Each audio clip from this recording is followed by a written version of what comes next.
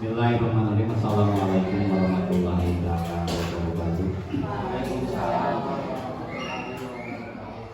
Bismillah, alhamdulillah, wassalatu wassalamu ala rasulillah wa ala alihi wa sahbihi wa man wala. Allahumma salli ala sayyidina wa yassirni wa yassirni yang terhormat Bapak Kepala SD di Gunung, yang saya hormati Bapak beserta Ibu Dewan Guru dan Gunung.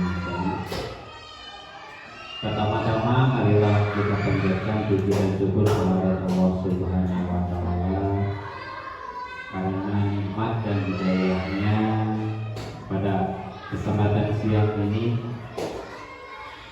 hari Kamis tanggal 19 Oktober 2023, kita diperkenankan berkumpul di ruangan yang berbahagia ini dalam keadaan sehat walafiat.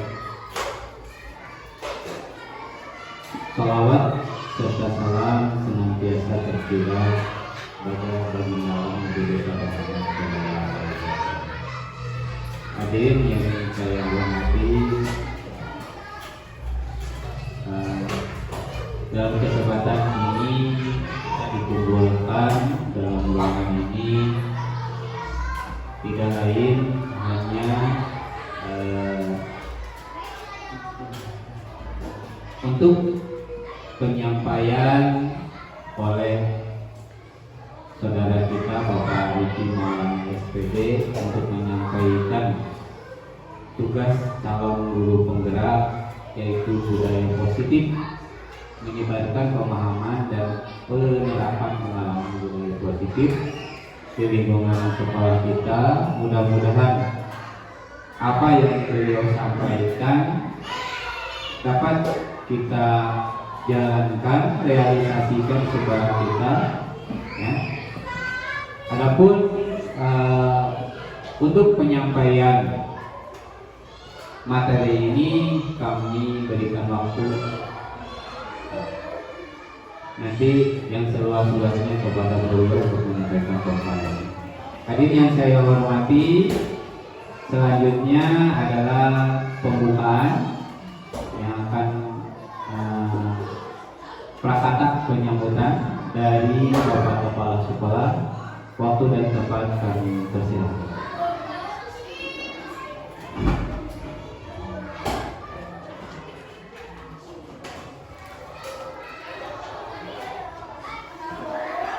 Assalamualaikum warahmatullahi wabarakatuh.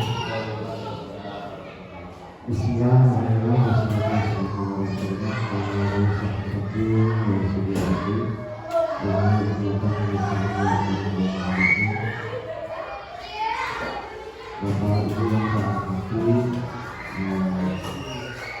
marilah kita sama-sama menjaga diri kita kepada Allah Subhanahu. Alhamdulillah, di dalam kesempatan ini kita bisa bermusyawarah dalam rangka tugas Pak Riki sebagai calon guru penggerak angkatan 12 Kabupaten Bogor akan menyampaikan beberapa hal mengenai budaya positif. Selamat serta salam semoga Rasulullah di dunia kita bisa mengangkat seluruh manusia, kita keluarganya, sahabat-sahabatnya, juga sahabat kita semua, dan senantiasa taat kepada ajarannya. Mudah-mudahan kita dapat Bapak Ibu yang saya hormati, mungkin saya sebagai kepala sekolah mendukung program-program yang akan dilaksanakan oleh Bapak Riki. Dan pada kesempatan ini dipersilakan untuk menyampaikan beberapa hal tentang tugasnya, juga mungkin ada manfaatnya bagi kita semua untuk dilakukan di sekolah kita. Hanya sekian mungkin sekedar pembukaan dilakukan oleh panitia. Untuk itu dipersilakan.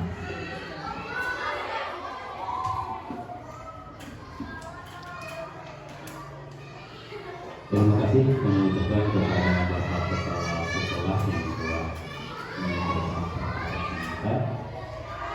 Hadirin yang saya hormati, waktu acara selanjutnya kami serahkan seluas-luasnya kepada Bapak Ibu untuk menyampaikan pemaparan tentang menyebarkan pemahaman dan penerapan pengalaman budaya positif di lingkungan SD.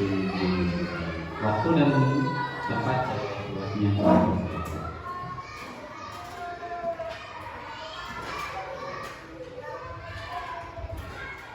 Bismillahirrahmanirrahim. Assalamualaikum warahmatullahi wabarakatuh. Wa bihi nasta'inu ala umuri dunya wa din wa ala alihi wa sahbihi ajma'in. Pertama-tama kita panjatkan puji dan syukur kepada Allah Subhanahu wa taala. Dengan ridho dan hidayahnya kita bisa berkumpul di ruangan ini. Salawat serta salam mari kita serahkan kepada seluruh baginda alam Nabi Muhammad SAW, kepada keluarganya, sahabatnya, sampai kepada kita semua.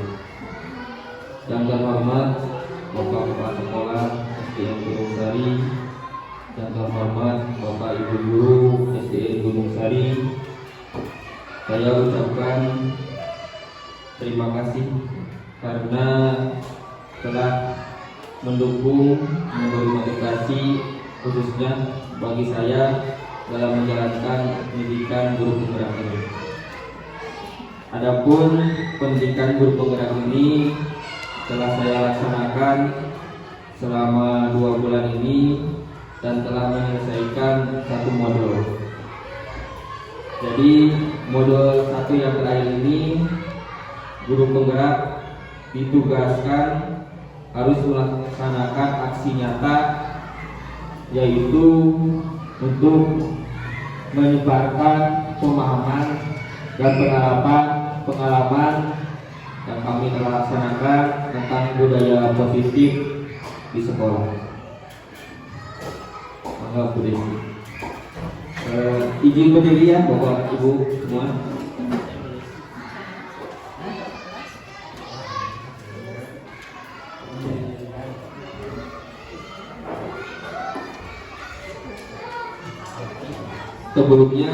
Sebelum dilanjutkan, sekali lagi saya ucapkan banyak-banyak terima kasih karena telah memenuhi undangan untuk menyebarkan tentang budaya positif ini.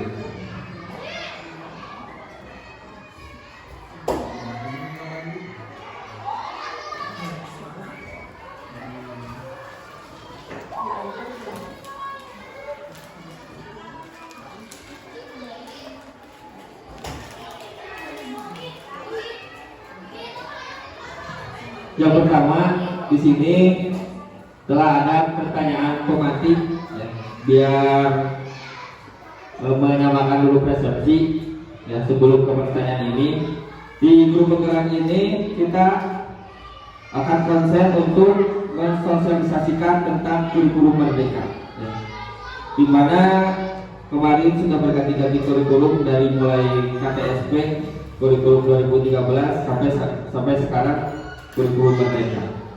Kurikulum merdeka itu kembali lagi ya pemikirannya ke zaman dulu lagi, yaitu ke filosofi Ki Hajar Dewantara. Jadi balik lagi ke filosofi Ki Hajar Dewantara bahwa peserta didik atau anak itu adalah sebagai kita memberikan kepada mereka itu sebagai menuntun ya, bukan menuntut. Jadi peserta didik itu kita harus menuntun.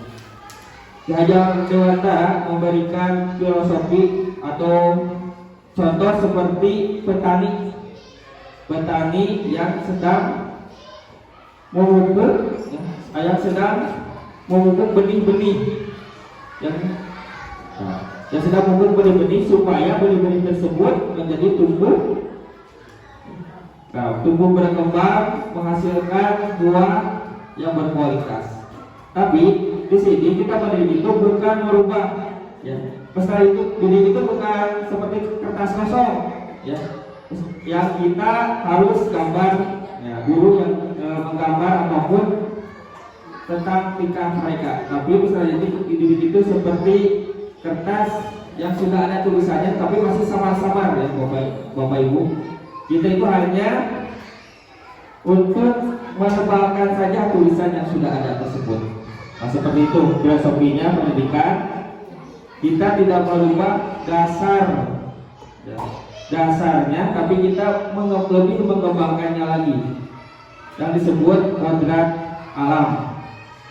Ya. Dasarnya itu kita tidak merubah, tapi kita lebih mengembangkan lagi. Contohnya seperti kalau anak dilihat berkompeten dalam bidang olahraga, nah, kita lebih dikembangkan lagi olahraganya. Seperti itu. Selanjutnya kita kembali lagi ke pertanyaan pemantik yang tadi kita akan bahas tentang budaya positif. Yang pertama, apakah Bapak Ibu setuju dengan pernyataan ini? Yang pertama, hukum dapat mendisiplinkan anak. Kira-kira Bapak Ibu setuju nggak kalau ada kata-kata hukum dapat mendisiplinkan anak? Perang ya, kalau sanksi, ya kalau sanksi.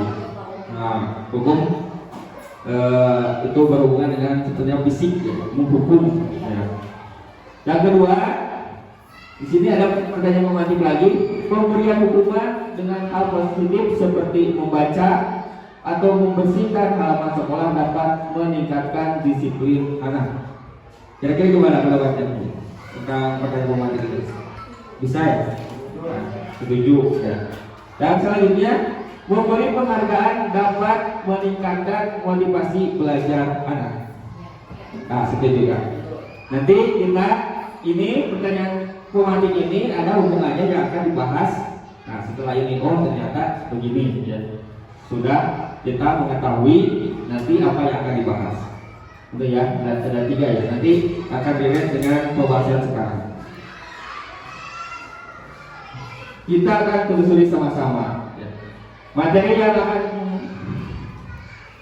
kita sama-sama telusuri yang pertama adalah disiplin positif dan nilai-nilai kebijakan universal. Yang kedua adalah teori motivasi, selanjutnya hukuman dan penghargaan restitusi. Nanti ada keyakinan kelas, kebutuhan dasar manusia dan dunia berkualitas, restitusi 5 posisi kontrol, dan selanjutnya ada restitusi segitiga, ya, restitusi. Ini adalah yang akan kita bahas. Modul 1 ini kami belajar itu cukup panjang materinya ya Bapak Ibu. Nanti kita akan bahas satu-satu. Yang pertama adalah disiplin positif dan nilai-nilai kebijakan universal. Nah, kemarin sudah waktu kita membuat visi misi sudah dibahas sedikit tentang tentang perubahan paradigma yang kita ibaratkan seperti ini ya. Ada A dan B, Anda dan teman Anda. Sobeklah secari kertas kecil, tuliskan benda atau sesuatu yang sangat berharga untuk Anda. Apa tulis contohnya? Letakkan di salah satu tangan Anda dan genggam benda sesuatu tersebut dengan segala daya. Buatlah sebuah kepalan. Teman Anda B akan mencoba dengan sekuat tenaga dengan berbagai cara untuk meminta Anda memberikan benda tersebut. B bisa membujuk, mengancam, mengaktif atau merayu, menyuap apa saja agar dapat membuka kepala tangan Anda. Dibujuk, ya. Jadi kita ilustrasikan dulu ya.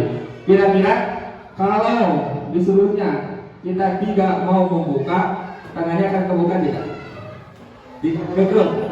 Berbagai cara. Sudah dikritiki, sudah dikasih uang 2 juta, tapi ini di dalam prosesnya ada kata sandi atau paspor yang bisa membuka harta karun. Kira-kira bisa membuka tidak? Yang membukanya itu dari pihak luar atau dari kita sendiri? Jadi kita sendiri. Pak bisa kebuka dipaksa, tapi tetap itu ada paksaan dari luar, bukan dari hati kita sendiri. Begitu pula nanti kita memandang peserta didik itu, kita tidak bisa mengontrol peserta didik. Pesan itu harus datang dari dirinya sendiri. Apapun itu ya, mau anak anu juga, mau adik kita, tetap yang bisa mengontrol diri kita sendiri ada kita sendiri saja. Ya, orang lain tidak akan bisa mengontrol diri kita. Ini adalah perubahan paradigma dari kontrol ilustrasi. Yang dulunya kita anggap benar, ya, ternyata kurang tepat. Ya. Yang pertama ilusi guru mengontrol murid. Dulu kan paradigmanya pemikirannya kita yang bisa mengontrol murid.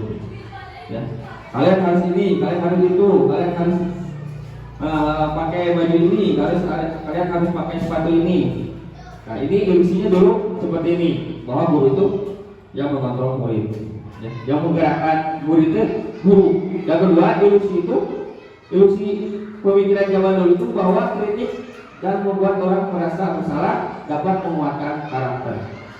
Bahwa kritik dan membuat orang merasa bersalah dapat menguatkan karakter. Contohnya, ya, anak membuang sampah sembarangan, ya, langsung kita marahi, kamu jangan membuang sampah sembarangan di sini.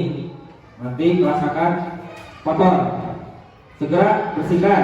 Tapi itu tidak diajak, langsung dijas di depan murid-murid. Itu berpikiran, kalau kita seperti itu bisa menguatkan karakter, nanti anak tidak akan membuang sampah lagi sembarangan. Yang ketiganya, ilusi bahwa semua perbuatan positif, efektif dan bermanfaat. Kayak tadi, Anda dapat nilai 100, kasih uang 10.000. Dapat nilai 80, ya, kasih kado apa? Ya, berpikir kalau kita mengasih reward terus-terusan, nanti anak akan termotivasi, akan semangat. Nah, itu ilusi, nanti kita akan bahas ke belakangnya. Nah, selanjutnya ilusi bahwa orang dewasa memiliki hak untuk memaksa. Di dalam pemikiran kita dulu, orang dewasa seperti peserta didik dapat memaksa. Ya, contohnya, kamu harus bisa seperti ini, 1 jam dari sekarang harus bisa. Apakah? Itu kan memaksa. Itu didulukan ilusi. Itu hak orang dewasa kalau memaksa anak. Ya. Itu ilusi, ya, pemikiran yang menurut kita benar ternyata belum tepat. Di sini kita akan membedakan, ya, perubahan paradigma stimulus respon ke teori kontrol.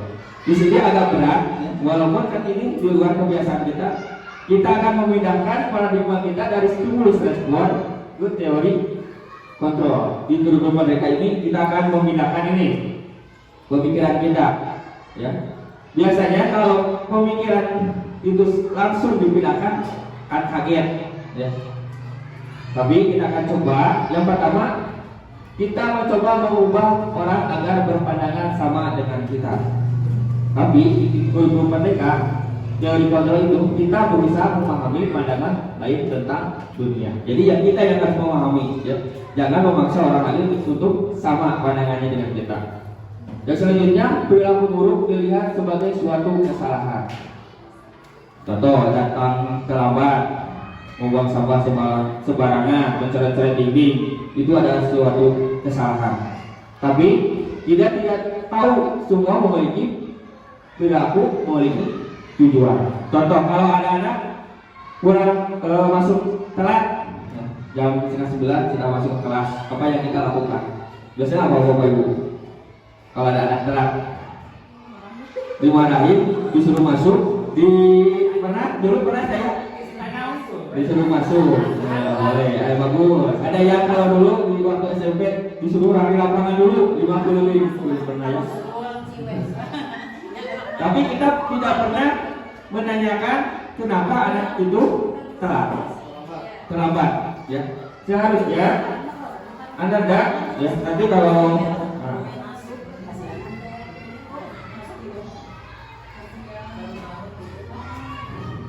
menanyakan dulu alasannya kenapa anak tersebut telat.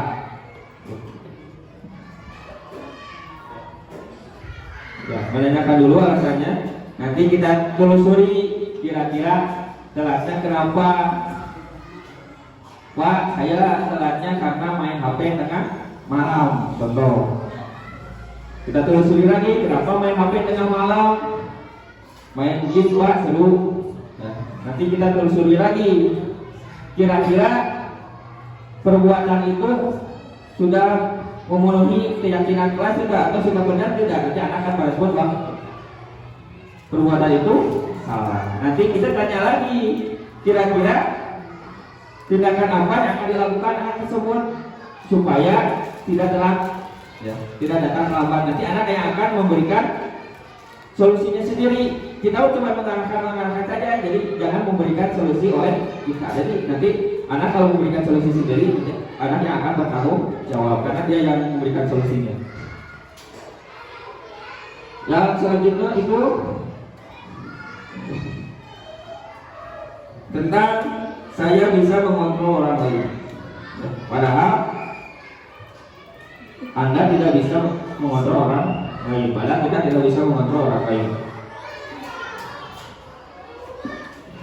Ini menjadi hati ya.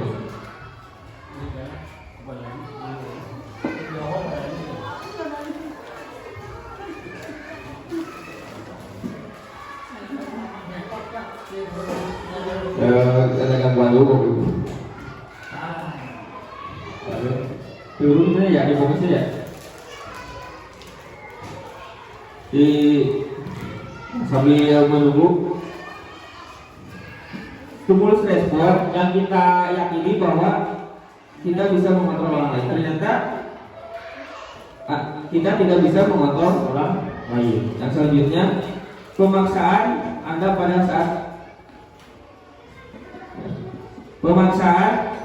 saat kunjungan gagal.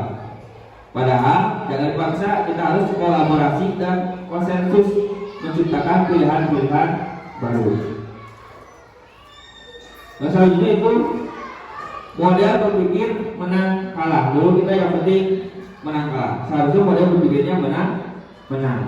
Contohnya apa? Kalau menang kalah, siswa terlambat ke sekolah kita marahi, dia akan merasa pasti dalam hatinya sakit hati dimarahi.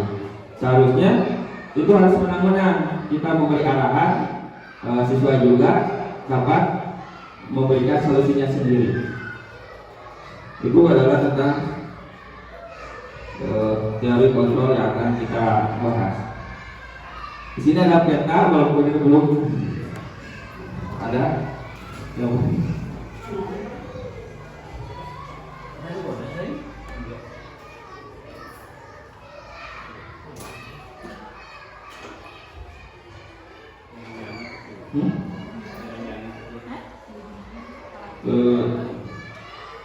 Nanti kita bawa dulu.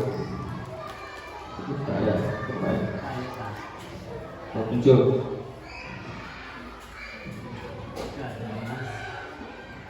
Nah, ada lagi. Yang pertama adalah ini peta konsep tentang disiplin positif. Teori kontrol atau teori pilihan dikemukakan oleh Dr. William Glasser. Ada empat teori yang dikemukakan oleh Dr. William Glasser. Yang pertama, Anda tidak bisa mengontrol orang lain, hanya Anda yang bisa mengontrol diri Anda. Satu. Yang kedua, semua perilaku memiliki tujuan. Walaupun siswa salah, berperilaku salah, tapi dia itu memiliki tujuan apa? Nah, selanjutnya model berpikir menang, kolaborasi dan konsensus menciptakan pilihan-pilihan baru. Misalnya realitas kebutuhan kita berbeda, kita berusaha memahami pandangan orang lain tentang dunia. Setiap orang memiliki gambaran berbeda. Jadi setiap orang pasti memiliki gambaran berbeda ya. Yang pertama di sini ada Anda tidak bisa mengontrol orang lain, hanya Anda yang bisa mengontrol diri Anda. Turunannya di sini maksud bahwa makna disiplin itu adalah belajar kontrol diri dengan menggali potensi kita agar tercapai tujuan mulia, yaitu sesuatu menjadi seorang yang kita inginkan berdasarkan nilai-nilai yang kita hargai. Di sini ada lihat, ini adalah motivasi ekstrinsik, itu dari luar datangnya.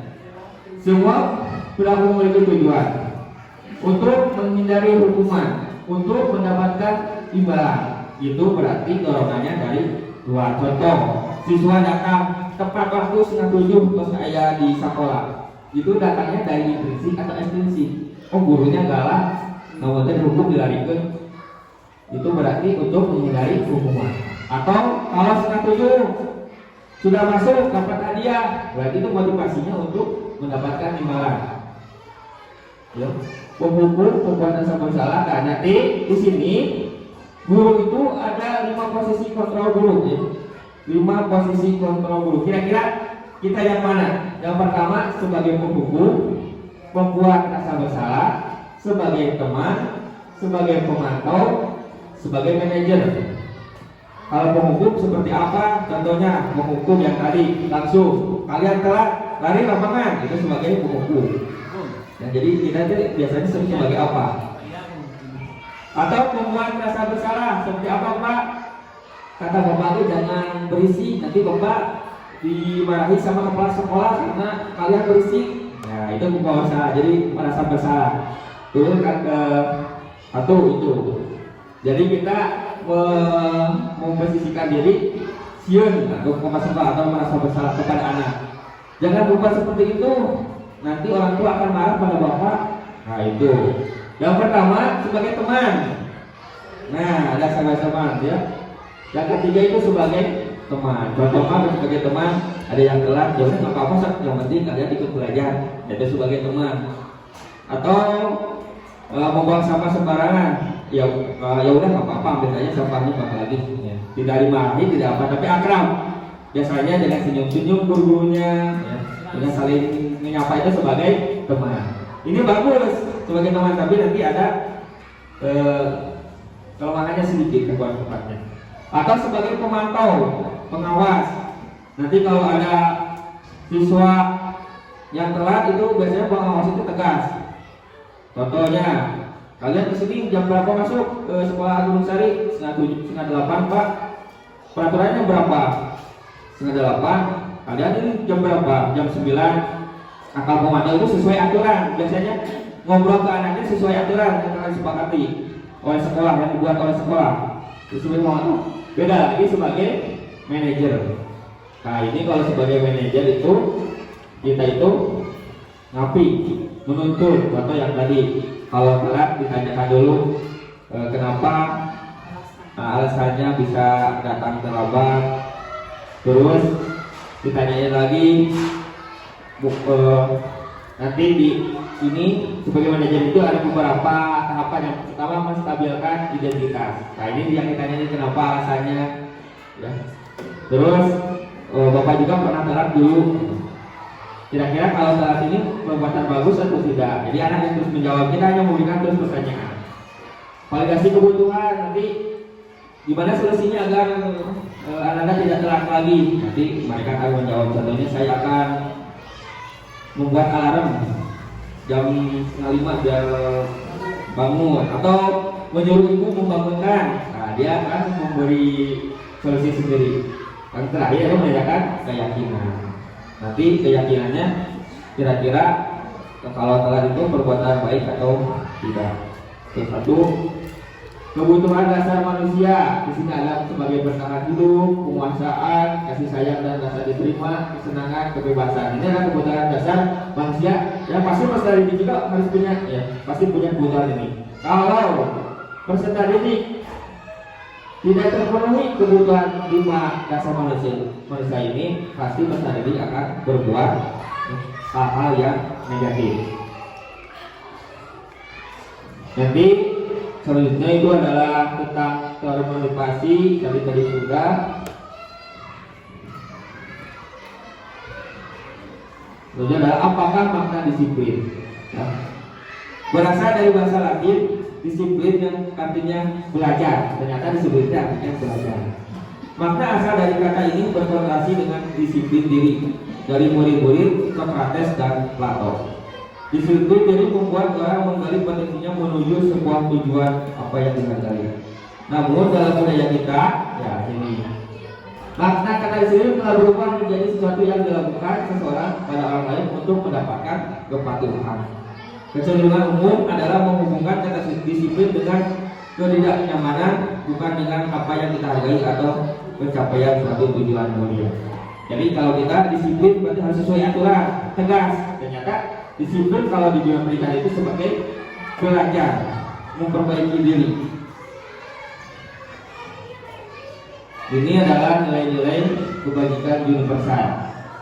Ya, yang pertama nilai kebajikan adalah sifat-sifat manusia sifat-sifat positif manusia yang merupakan tujuan mulia yang ingin dicapai setiap individu. Nilai-nilai tersebut bersifat universal dan lintas bahasa, suku, bangsa, agama maupun latar belakang. Setiap perilaku perbuatan memiliki suatu tujuan. Dr. William Glasser pada teori kontrol 1984. Ya.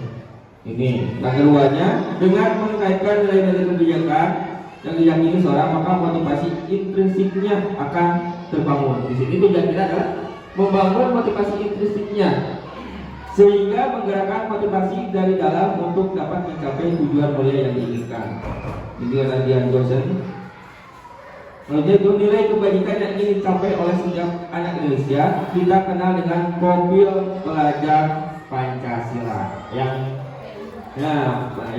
sedang digaung-gaungkan oleh kurikulum Merdeka. Yang pertama, beriman, bertakwa kepada Tuhan Yang Maha Esa, dan berakhlak mulia, mandiri, benar kritis, berkebinekaan global, bergotong royong, ya, kreatif. Ya. Itu adalah yang harus dimiliki oleh seluruh peserta didik, ya, khususnya di kurikulum Merdeka. Lanjut lagi tentang teori motivasi hukuman dan penghargaan restitusi. Nah, di sini kita akan lebih mendalam lagi tentang teori motivasi perilaku manusia. Yang pertama, yang motivasi yang datangnya dari eksternal, dari luar, untuk menghindari ketidaknyamanan atau hukuman. Contohnya, apa yang akan terjadi apabila saya tidak melakukannya? Jadi, sieun. Nah, ini ada ancaman dari luar, ya. Yang kedua, untuk mendapatkan imbalan dari orang lain. Sama, itu juga motivasi eksternal. Apa yang akan saya dapatkan apabila saya melakukannya? Ya. Kalau saya dapat 100, kira-kira, nah saya harus melakukan apa? Itu kan dari luar. Beda ini kalau motivasi internal, tujuan disiplin positif ini yang kita tanamkan untuk menghargai diri sendiri. Pesan didik itu tidak datang telat, tidak membuang sampah sembarangan, tidak menjelat-jelat dinding, juga melaksanakan pembelajaran itu dia punya tujuan itu untuk menghargai dirinya sendiri. Nah, saya akan menjadi orang yang seperti apa bila saya melakukannya. Nah, kita harus menanamkan seperti itu. Ini menurut Kerajaan Dewantara, merdeka. Apa sih merdeka menurut Kerajaan Dewantara? Merdeka itu artinya tidak hanya terlepas dari perintah, akan tetapi juga cakap buat memerintah diri sendiri. Jadi kita punya kontrol penuh untuk diri sendiri, ya. Tidak harus kita menunggu instruksi orang lain, ya. Nah, itu. Sekarang adalah apa itu restitusi? Yang tadi yang disebutkan tentang restitusi. Restitusi adalah proses menciptakan solusi bagi murid untuk memperbaiki kesalahan mereka, sehingga mereka bisa kembali pada kelompok mereka, ya, dengan karakter yang lebih kuat. Restitusi juga merupakan proses kolaboratif yang mengajarkan murid untuk mencari solusi untuk masalah mereka. Di sini kita akan, ya, jadi murid yang mencari solusi dan membantu murid berpikir tentang orang seperti apa yang mereka inginkan menjadi tujuan mulia dan bagaimana mereka harus memperlakukan orang lain. Proses 2004. Nah, ini tujuan kita ini akan menerapkan nanti kalau bisa didik tentang restitusi. Ciri-ciri restitusi. Yang pertama, bukan untuk menebus kesalahan, namun untuk belajar dari kesalahannya karena bentuknya. Ya. Jadi bukan untuk menebus kesalahan, tapi untuk belajar dari kesalahan. Ya. Yang selanjutnya adalah memperbaiki hubungan. Ciri-ciri restitusi yang perlu hubungan. Yang ketiga, tawaran bukan paksaan. Ya. Nanti kita akan membuat opsi-opsi seperti apa yang harus kita lakukan. Kalau peserta didik mengalami masalah. Yang keempat, restitusi menuntut untuk melihat ke dalam diri. Restitusi mencari kebutuhan dasar yang mendasari tindakan. Restitusi diri adalah cara yang paling baik. Restitusi fokus pada karakter bukan tindakan. Restitusi fokus pada solusi. Nah, ini solusinya seperti apa yang tadi sudah dikemukakan. Restitusi mengembalikan murid yang berbuat salah pada kelompoknya. Jadi kalau berbuat salah itu tidak menjadi langsung harus, tapi kita mendorong murid untuk mencari solusi dan mereka bertanggung jawab dengan solusinya mereka sendiri. Keyakinan kelas. Nah ini di kurikulum mereka mungkin baru tentang keyakinan kelas itu seperti apa. Ya. Keyakinan kelas dulu itu, keyakinan kelas itu seperti peraturan sekolah atau peraturan kelas. Yang dulu ada peraturan kelas. Ya, nah di sini peraturannya, mengapa tidak peraturan saja? Mengapa harus keyakinan kelas? Ini ilustrasinya dulu. Mengapa kita memiliki peraturan khusus menggunakan helm bila mengendari kendaraan roda 2? Yang pertama, apakah kita takut ditilang ataukah karena kita pengen safety, selamat? Nah, beda ya. Kalau takut ditilang itu berarti masuk ke dalam peraturan. Kalau pengen selamat, ya sadar diri, ya itu bagus. Sadar diri itu keyakinan diri, sadar diri. Asal aja tuh, mengapa kita memiliki peraturan 3M, menggunakan masker, cuci tangan dan menjaga jarak 1,5 meter. Ini yang dulu, yang waktu COVID, ya. Bukan karena peraturan saja, karena kita yakin sehat, ya, keselamatan. Mengapa kita memiliki peraturan harus datang tepat waktu pada saat mengikuti pelatihan? Nah itu menghargai diri sendiri, sebenarnya bukan karena takut akan peraturan. Untuk mendukung motivasi instruksi, kembali ke nilai keyakinan lebih menggerakkan seseorang dibandingkan mengikuti serangkaian peraturan. Nah, kalau keyakinan itu datangnya dari diri sendiri ya. Jadi mereka lebih mau, biasanya kalau peraturan atau hukuman tidak ikhlas. Di sini ada ya, di sini peraturan kelas kita ubah. Kalau peraturan kelas sudah dijalankan, buat peraturan kelas, nanti kita ubah peraturannya menjadi keyakinan kelas. Kalau sudah menjadi keyakinan kelas, akan membuat lingkungan positif dan akan menjadi budaya positif. Nah, jadi kita coba kita lihat ibu bapak, yang mana yang merupakan keyakinan kelas, mengapa? Yang satu atau yang kedua? Yang merupakan keyakinan kelas, peraturannya. Kira-kira yang mana? Yang merupakan keyakinan kelas. Lembar pertama, datang tepat waktu, mengucapkan salam, menjaga kebersihan sekolah, berdoa sebelum dan sesudah kegiatan, aktif dalam pembelajaran. Dan selanjutnya, kami guru dan murid yang saling menyayangi. Kami murid yang semangat belajar. Kami murid yang peduli dengan teman-teman. Kira-kira yang termasuk keyakinan yang mana? Yang kedua ya. Kami guru dan murid yang saling menyayangi. Kami murid yang semangat belajar. Beda ya. Di sini kalau aktif dalam belajar, kalian harus aktif dalam belajar. Beda lagi kalau kami murid yang semangat belajar. Kira-kira ada gambaran nggak? Oh itu yang keyakinan peraturan ya. Jadi kerjakan dari dirinya sendiri. Tidak kita langsung memberikan aturan. Ini satu. Jadi boleh di kelasnya masing-masing membuat kesepakatan kelas atau keyakinan kelas. Mau seperti apa nanti caranya itu membuat boleh datangnya dari peserta didik sendiri. Kira-kira mau kelas seperti apa nih? Nah, buat peraturan dulu. Kalau sudah peraturan ini ubah ke dalam keyakinan kelas. Tuh. Jadi kalau mereka sendiri yang memberikan solusi, mereka sendiri yang memberikan pendapat, pasti mereka juga sendiri yang akan bertanggung jawab. Merasa terpaksa karena datangnya dari mereka bukan dari kita. Di sini kemarin adalah ya tentang tabel. Kegiatan pendalaman yang kelas ada tabel T dan tabel Y. Hormat, kami meyakini bahwa sangat penting untuk menghormati semua orang dan memiliki orang lain. Bekerja, kami meyakini bahwa sangat penting untuk mengerjakan segala pekerjaan atau mengikuti kegiatan yang telah ditugaskan, diterima dan dimiliki. Yang pertama itu apa maksudnya ini? Ini hormat. Kalau hormat, yang terdengar apa? Kalau masalah ini meyakini hormat, yang terdengar kita. Yang terdengar biasanya mengucapkan salam, menyatakan assalamualaikum, itu yang terdengar oleh kita.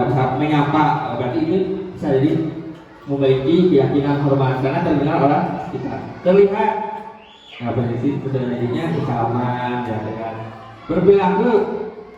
Nah, berperilakunya ya sopan santun. Ini ada gambar ya. Oh ini sebagai gambaran identifikasi bisa jadi itu hormat. Nah, bekerja juga sama. Yang terdengar seperti apa pekerja bersama ini?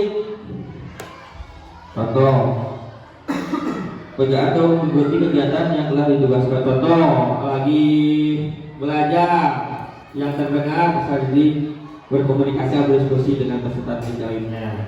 Yang terlihat mengikuti pelajaran. Itu adalah kabar tentang keyakinan keras. Contoh, hormat. Terdengar satu orang berbicara, yuk saya bantu kita bisa selesaikan ini sama-sama. Nah, terima. Nah, tolong ya, permisi, boleh saya pinjam?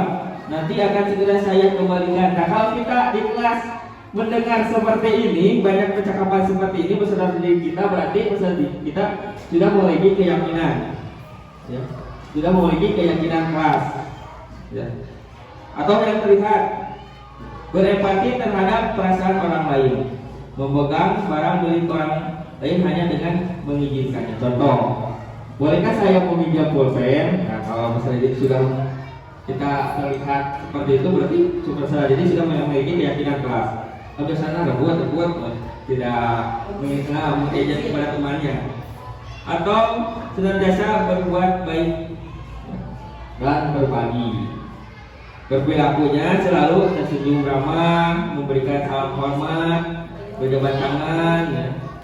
memberikan ruangan bekerja, postur tubuh yang tenang. Nah itu. Kalau ini tambah T-nya, hormat tampak seperti datang tepat waktu, tidak tampak seperti sering hadir terlambat. Oh, jadi kalau kebalikannya ya, kalau tampak keyakinannya itu pasti datang tepat waktu.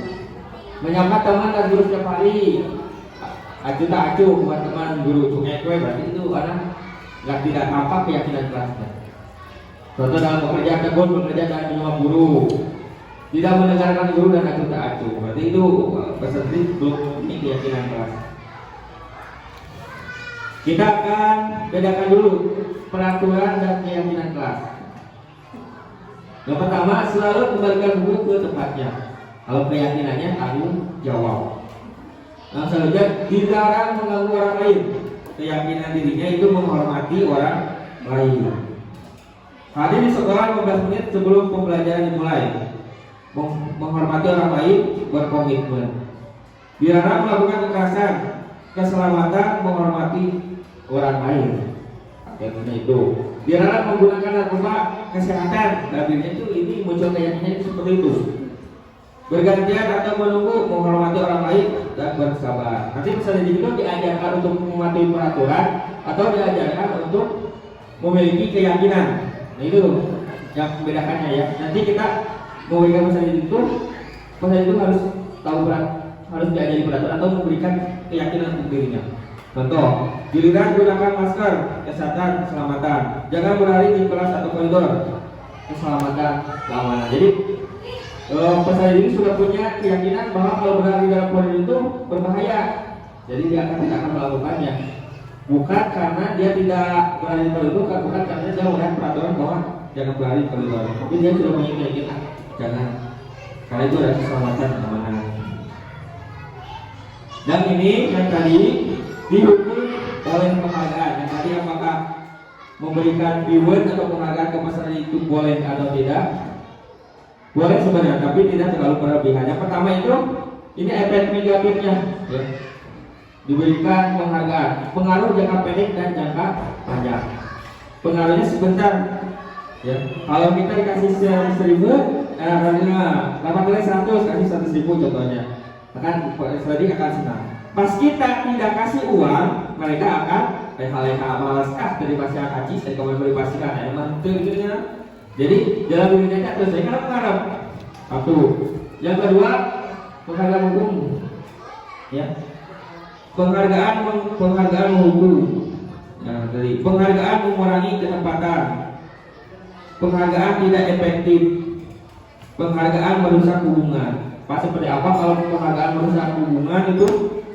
Ya, contohnya anak yang dikasih penghargaan satu orang, yang lainnya tidak dikasih, nah itu akan membuat kecemburuan. Nah, Abi mah biasa menyelesaikan pembelajaran, biasa menjawab soal, akhirnya tidak dikasih, anak kandor. Saya tidak dikasih karena saya tidak bisa. Penghargaan itu menurunkan kualitas. Ya. Jadi mereka sangat terpaksa atau karena ingin sesuatu, tidak datangnya dari diri sendiri.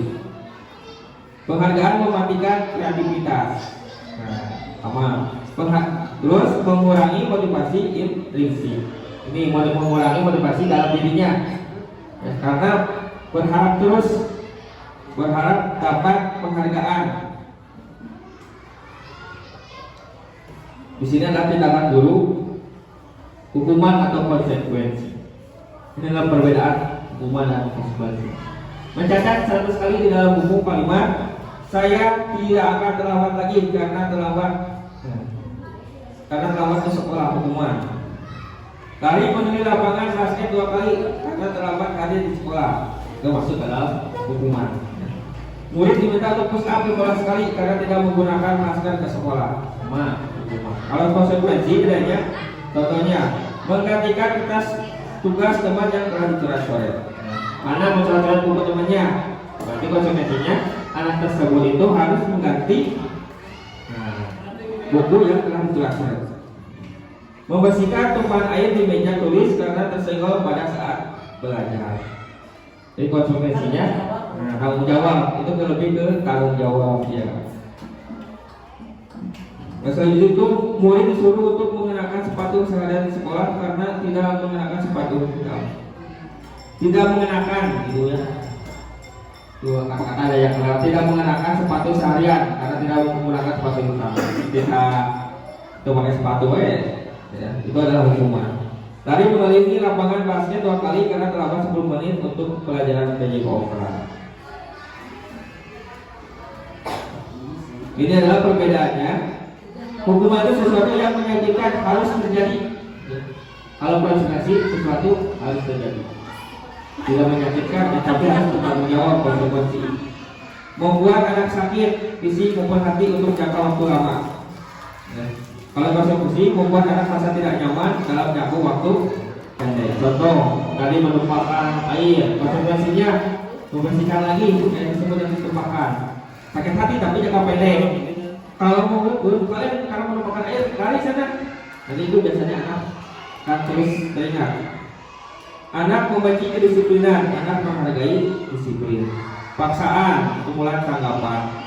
Perbedaannya, mendorong anak menyakiti diri sendiri, mendorong anak agar mudah menyesuaikan diri. Konsep diri yang buruk, konsep diri yang baik. Anak belajar untuk menyembunyikan kesalahan, anak belajar untuk mematuhi peraturan. Marah, merasa bersalah, dipermalukan, merasa tak dihargai. Kehilangan hak, dibuat tidak nyaman, diasingkan untuk sementara. Hampir sama ya hukuman dan konsekuensi, tapi hukuman itu lebih menyakitkan lagi dan jangka waktunya lebih lama bekas ke anaknya. Nanti akan untuk yang lebih baik yang mana? Nanti ada di sini kita sebutnya dengan restitusi. Jadi sebelum itu ada hukuman dan segala itu sudah tidak dibolehkan sebenarnya di dunia pendidikan ya, hukuman di dunia pendidikan, karena pendidikan ini dibuat untuk belajar, kecuali peserta didik sudah memasuki pulang lingkup masyarakat. Jadi sukses, disiplin, konsekuensi, restitusi. Ada yang lebih baik dari konsekuensi, yaitu restitusi. Contoh, sesuatu yang menyakitkan harus terjadi, sesuatu harus terjadi. Ya. Ini kata menyakitkannya tidak ada di konsekuensi. Contoh yang menyakitkan tadi disuruh lari, push up, atau ditampar atau apa seperti apa. Restitusi itu merupakan pilihan. Ya, diajak ngobrol dulu, kasih solusinya kira-kira seperti apa agar tidak dilakukan lagi. Tidak nyaman untuk murid anak untuk jangka waktu panjang, tidak nyaman untuk jangka waktu pendek. Menguatkan untuk murid anak dalam jangka waktu panjang. Dari itu yang terlambat sekolah dikasih solusi dia memiliki solusi sendiri yang akhirnya dia akan menaati karena itu datangnya dari dia sendiri. Korban mendapatkan keadilan, korban bisa diabaikan, korban mendapatkan ganti. Ya. Murid akan tersakiti, murid akan dibuat tidak nyaman, murid mendapatkan penguatan. Nah, kalau seperti itu murid ya, dapat penguatan. Perilaku pasif agresif meningkat, penguatan hanya bertahan dalam jangka waktu pendek. Nah, masalah terpecahkan. Sistem tidak akan berjalan bila murid tidak takut. Nah, kalau hukuman kalau murid tidak takut, diabaikan oleh hukuman. Memerlukan monitoring dan supervisi terus-menerus dari guru. Murid belajar bertanggung jawab untuk perilakunya. Kalau itu tidak usah dipantau lagi karena sudah memiliki keyakinan muridnya. Ya. Berlaku hanya pada sebuah institusi, tidak berlanjut pada kehidupan nyata. Hanya di sekolah saja nurutnya, kata rumah kurangkan lagi. Kalau hukuman membantu penerapan mengikuti peraturan dalam masyarakat, fokus pada memecahkan masalah dalam jangka waktu panjang. Peraturannya adalah kamu harus apa peraturannya, mampukah kamu melaksanakannya. Ini kata-kata kalau dalam hukuman itu ya, kamu harus berlari. Kalau dalam resolusi kamu harus apa untuk menebus kesalahan kamu. Mampukah kamu menebus kesalahan kamu? Kalau dalam konstitusi beda lagi. Apa yang kamu yakini, apakah perbuatan ini benar, atau apa yang bisa kamu lakukan untuk memperbaiki masalah ini. Jadi selidik yang membuat solusinya sendiri. Murid atau anak membenci peraturan, murid atau anak menghormati peraturan, murid atau anak menghormati dirinya dan orang lain. Di sini ada kalau hukuman itu pasti negatif, kalau konsekuensi itu netral, bisa positif bisa negatif. Kalau kontribusi itu pasti positif. Ini kita lagi adalah tentang kebutuhan dasar manusia dan dunia kualitas. Kebutuhan dasar manusia itu pada umumnya yang pertama itu kebutuhan kasih sayang dan rasa diterima, kebutuhan penguasaan, bertahan hidup, kesenangan, kebebasan. Contoh, kalau anak itu kurang akan kasih sayang atau rasa diterima, dikucilkan, dianggap, nah nanti anak kan berontak sendiri ya. Dia akan mencari kasih sayang yang lain. Contoh dia caper, cari perhatian. Nah itu. Jadi kita harus memenuhi kebutuhan dasar manusia ini.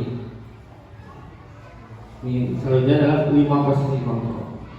Nah tadi sudah yang pertama motivasi, identitas gagal.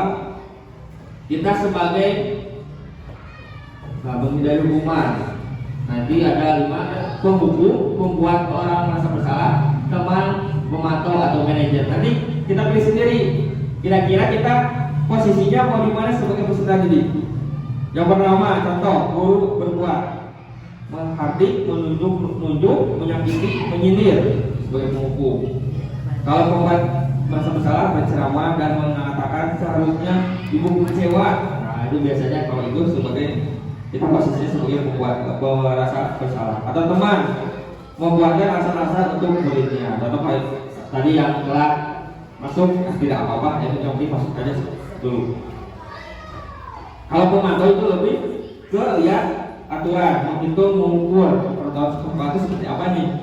Kalau ada murid ada yang salah, sesuaikan dengan peraturan. Atau yang kalinya itu manajer. Kalau manajer nih yang dianjurkan atau disarankan adalah kita sebagai manajer menghargai diri sendiri, mengajukan pertanyaan-pertanyaan kepada peserta didik. Ya kalau peserta didik berbuat salah seperti tadi, kenapa datang terlambat, kegiatan apa yang dilakukan sehingga bangunnya telat, terus digali sampaikan apa yang solusinya yang agar anak-anak tidak melakukan seperti itu lagi. Jadi peserta didik yang memberikan solusi. Apa yang kita yakini, apa yang bisa kita kerjakan cukup baik itu masalahnya. Makanya itu harus kita buat dulu keyakinan kelas dulu. Nanti ditanya apa yang kita yakini di kelas, apakah sudah sesuai kalau masuk terlambat, tidak. Nanti kita bisa terus menggiring agar mereka dapat solusinya sendiri. Menguatkan pribadi, murid mengatakan dirinya sebagai individu yang positif dan berdunia berkualitas.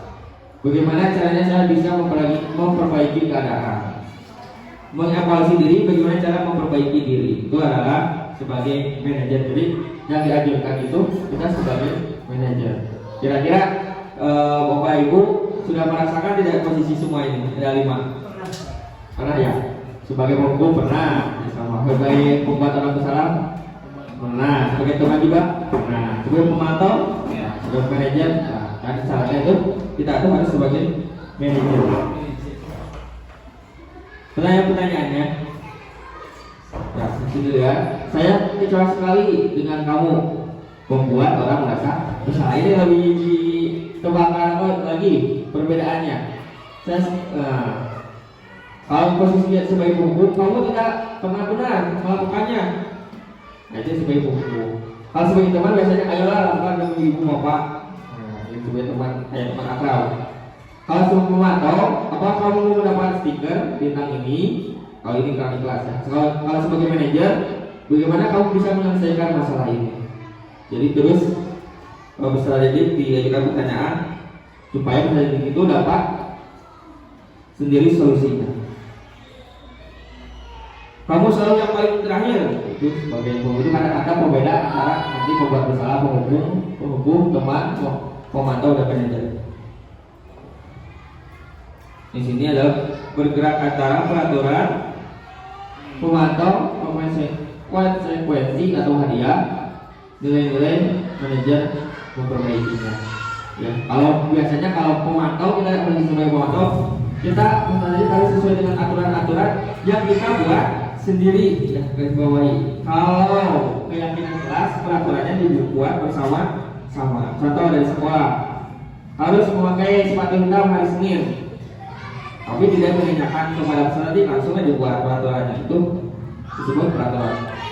Kalau keyakinan kelas tadi ditanyakan dulu kira-kira hari Senin itu peraturannya mau seperti apa, karena tidak memakai sepatu berwarna-warni Pak, memakai sepatu hitam. Setuju tidak semuanya? Setuju. Baru ketok. Tidak sepakati ya hari Senin mau memakai sepatu hitam. Berarti itu jadi keyakinan kelas. Kalau tidak ada yang memakai sepatu hitam, nanti konsekuensinya apa? Konsekuensinya nanti kita bicarakan sama-sama lagi.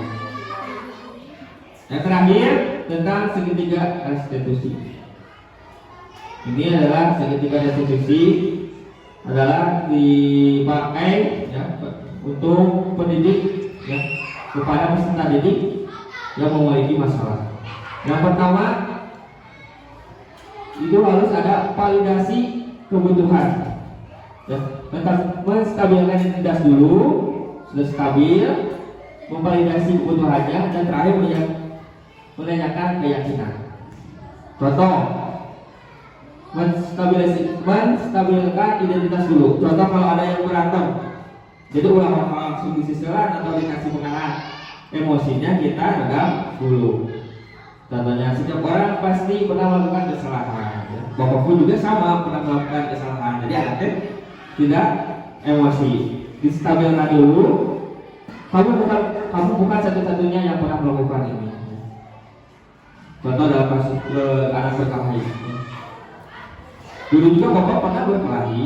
Nah, jadi kata orang Sunda, ayah batur, pakai giring-giringan gitu. Nah, jadi anak tidak merasa tertekan, merasa bersalah, murung, kita ajak ngobrol. Sudah itu kita validasi dulu kebutuhannya.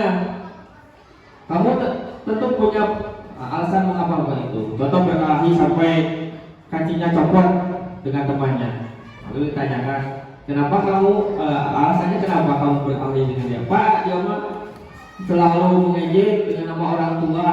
Nah, contohnya itu. Kira-kira kenapa mengejek? Terus diajak menggali ya, alasan-alasannya. Adakah cara yang lebih efektif untuk mendapatkan apa yang kamu butuhkan? Nah, itu adalah validasi kebutuhannya. Kira-kira kalau teman kamu itu kakinya pada copot, apa yang kamu lakukan? Ya, selanjutnya menanyakan keyakinan, nilai apa yang telah kita sepakati, nilai apa yang kamu kelas. Dan terakhir, kamu ingin menjadi orang seperti apa? Jadi ditanya dulu tujuannya itu apa. Ini adalah contoh menstabilkan identitas untuk membuat anak yang merasa gagal karena berbuat salah menjadi positif terhadap dirinya. Contoh, guru berkata, berbuat salah itu hal yang manusiawi. Ini adalah kata-kata untuk menstabilkan dulu ya, menstabilkan dulu identitas masalah ini. Tidak ada manusia yang sempurna. Bapak Ibu juga buat salah. Kita pasti bisa menyelesaikan permasalahan ini. Bapak Ibu tidak tertarik untuk mencari tahu siapa yang benar, siapa yang salah. Bapak atau Ibu lebih tertarik untuk menyelesaikan masalah. Kalau kamu menyalahkan dirimu sendiri terus-menerus, apakah kamu bersikap baik pada dirimu sendiri? Jadi, menurunkan dulu emosinya, diajak ngobrol dulu, itu adalah menstabilkan identitas. Kalau sudah menstabilkan identitas anak, selanjutnya masuk ke validasi kebutuhan. Membantu siswa mengenali basic kebutuhan yang ingin dipenuhi ketika melakukan kesalahan itu. Pada dasarnya, setiap tindakan besar tujuannya adalah memenuhi basic. Apakah itu power, freedom yang tadi, kebutuhan kasih sayang, kebebasan, kekuasaan. Guru berkata, kamu bisa saja melakukan hal yang lebih buruk, tapi kamu tidak melakukannya kan? Nah, jadi anak diajak mengobrol. Kamu pasti punya alasan mengapa melakukannya. Atau yang tadi, kenapa karena kesiangan? Kamu punya alasan mengapa kesiangan.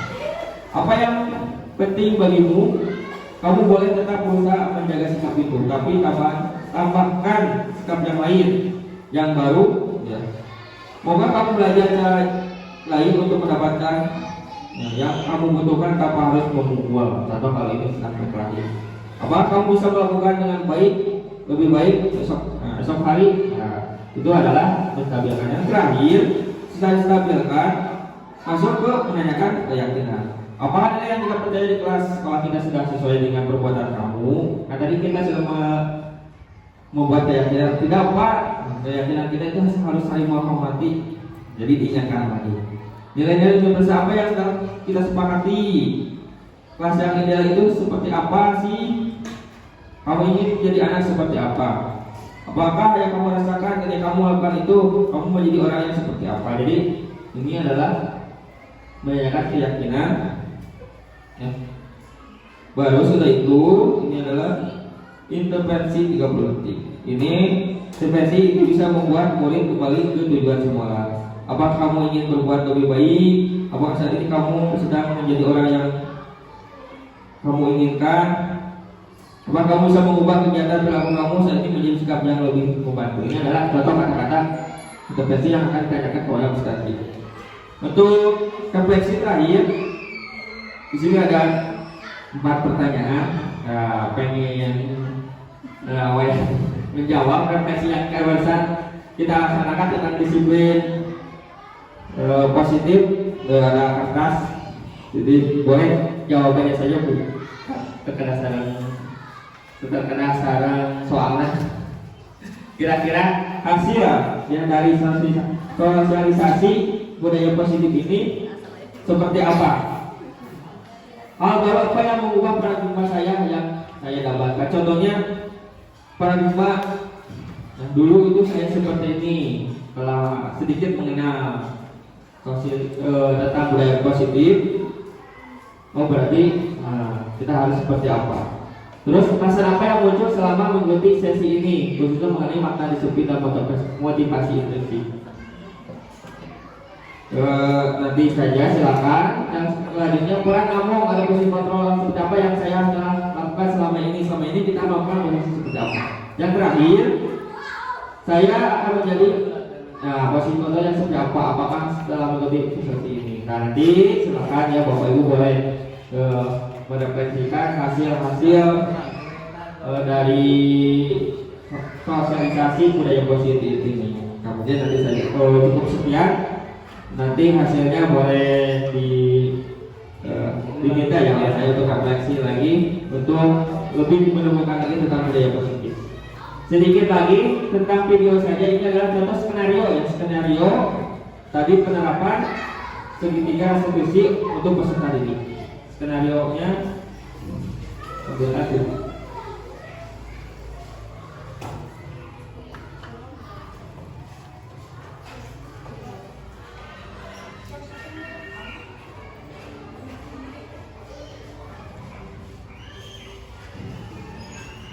dialeskan dulu.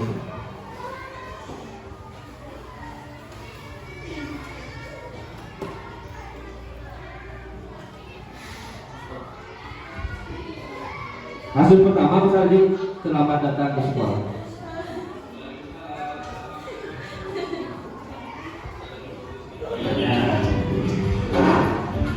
Dari berapa itu tidak kenapa mereka kembali mau vaksin ini? Tahu Pak, karena saya terlambat tadi. Oh, mereka terlambat. Jadi dari rumah kan jam berapa? Jadi Pak, Sekolah jam berapa masuknya? jam 7 Pak. Maka terlambat. Iya Pak. Ya terlambat di sini. Bapak tidak mencari kesalahannya. Kita sama-sama mencari solusi permasalahannya supaya kita tidak terlambat lagi. Baiklah, kenapa terlambat? Saya bangun kesiangan Pak. Oh, ini siapa? Kenapa kamu tidak yang baiklah? Karena saya tidak pulang malam karena saya main game. Oh, baiklah main game. Ya, ya. Baiklah, pastikan tidak terkait dengan sholat. Masih Pak. Apa saja. Tidak datang terlambat, menjaga kebersihan, dan saling menghormati. Oh iya, kalau tadi datang terlambat, termasuk yang telah tidak. Tidak Pak. Tidak ya.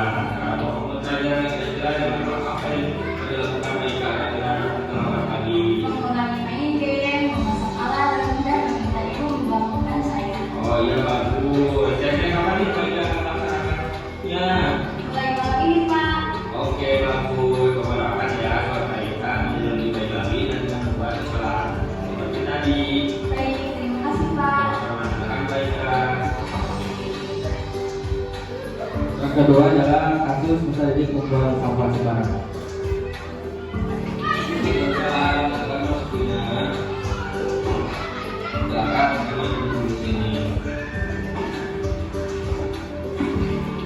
Bila tahu kenapa bapak banyak di sini?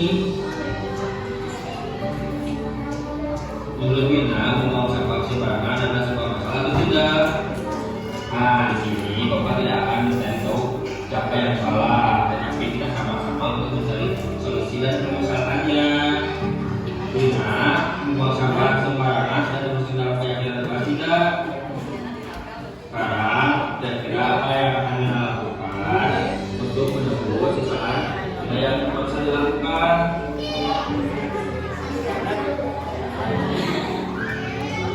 Baiklah, Bina silakan ya.